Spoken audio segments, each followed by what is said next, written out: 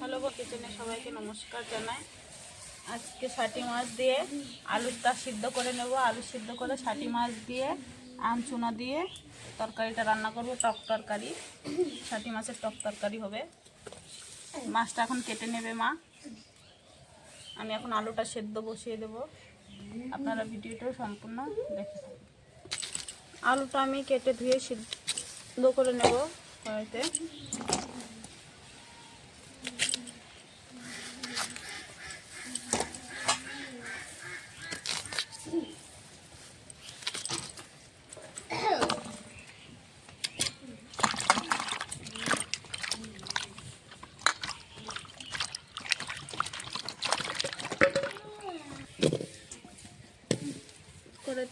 কড়াইতে আলুটা ধুয়ে দিয়েছি।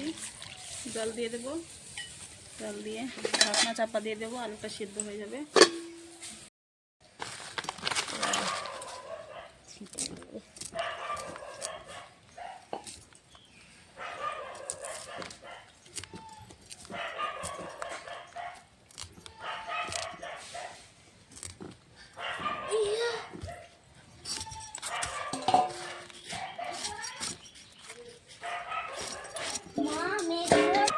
মাছটা কাটা হয়ে গেছে, এখন ধুয়ে নেবে।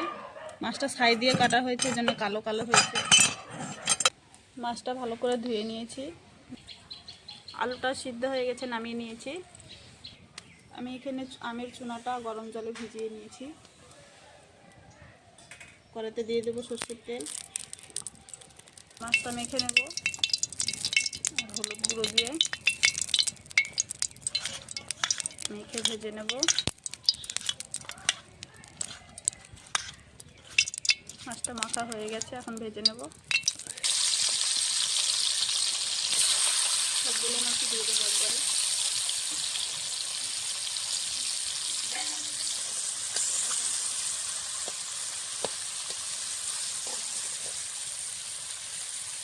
এখানে মাছটা ভাজা হচ্ছে, এখানে আমি আলুটা ছিলে নেব।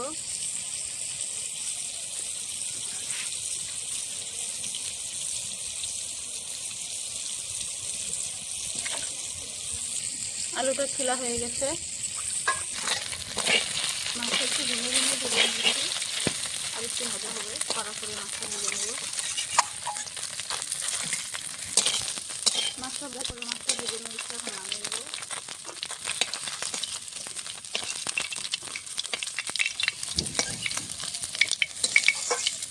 মাছটা ভাজা হয়ে গেছে।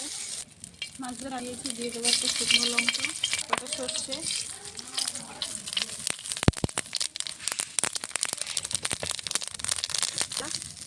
দুটো কাঁচা লঙ্কা।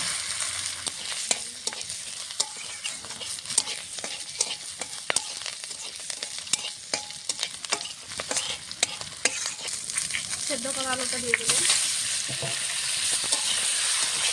আলুটা গোটা গোটা দিয়েছি, একটু দিয়ে ভেঙে দেবো।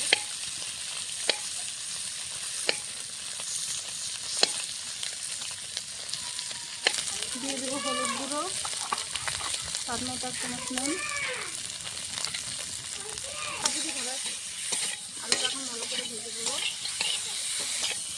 টকের তরকারিতে সর্ষে ফোড়ন দিয়েছি, এই জন্য আলুর উপরে কালো কালো ফোড়নটা লেগে আছে।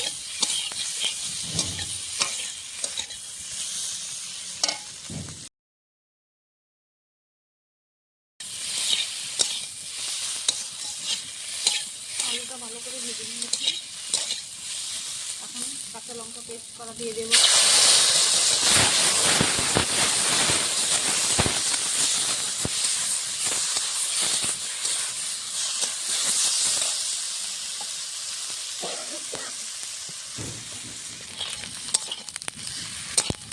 কাঁচা লঙ্কা বাটার সঙ্গে আলুটা কষিয়ে নিয়েছি ভালো করে। আলুটা একটু ভেঙে ভেঙে দিয়েছি।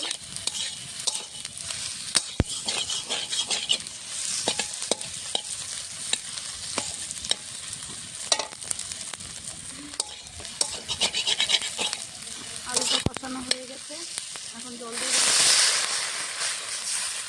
যেহেতু মশলা আসবে দিইনি, আজকে কাঁচা লঙ্কা বাটা দিয়েছি খালি।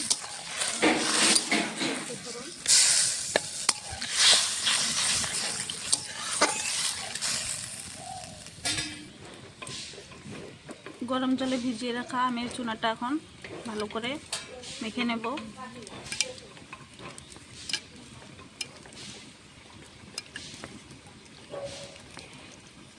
হয়ে গেছে, এখন তরকারিতে দিয়ে দেবো। ভালো করে চুনাটা দিয়ে দেবো।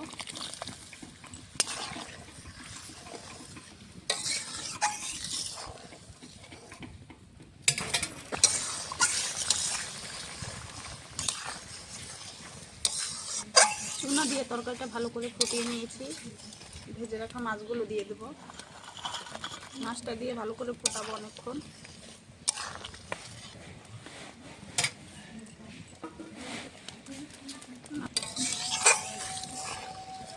তরকারিটা হয়ে গেছে, দেখো বেশি ঝোল ঝোল করিনি।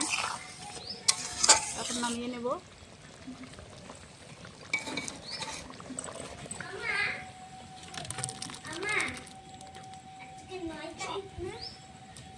আলু সিদ্ধ করে সাটি মাছ তরকারিটা রান্না হয়ে গেছে। আজকে টক করে রান্না করেছি। আপনাদেরকে ভালো লাগলে অবশ্যই লাইক, কমেন্ট, শেয়ার, সাবস্ক্রাইব করে দেবেন। আজকের মতন ভিডিওটি এই অবধি, আবার কালকে দেখা করছি।